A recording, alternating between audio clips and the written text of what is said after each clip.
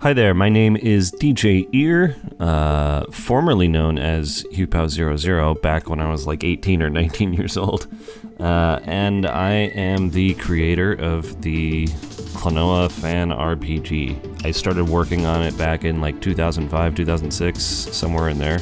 I wrote really bad fan fiction, and I came up with this really crazy idea about Klonoa going through this like futuristic dystopian kind of world, and at the end it's revealed that in my younger years literally just ripped off the plot from Jak and Daxter 2.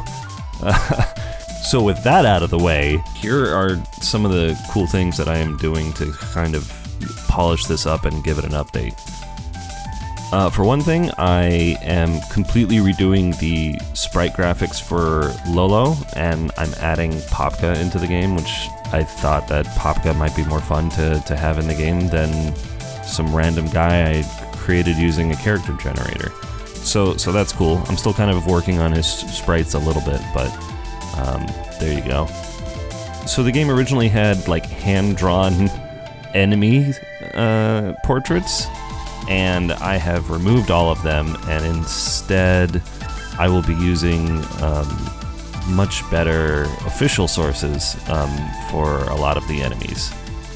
Whether you've seen it or not, there's this section in the game where you hop onto a little hover bike thing and fly down this path. Again, it's very Jak and Daxter inspired because I was young, but it's still fun, I think. And I have, within like one day, drastically improved the way that it performed. It used to kind of tick by and be really janky, but worked. And I have since, in the last day or two, made it much more smooth and flawless.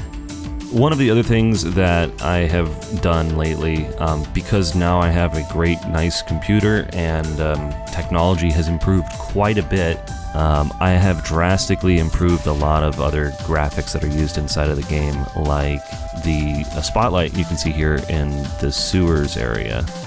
Originally, I think I drew a big circle in MS Paint with like the spray paint can and made the center like kind of a transparent color. No more. It is much nicer looking, I think, now, and I have a much better understanding of how to use images and overlays and things.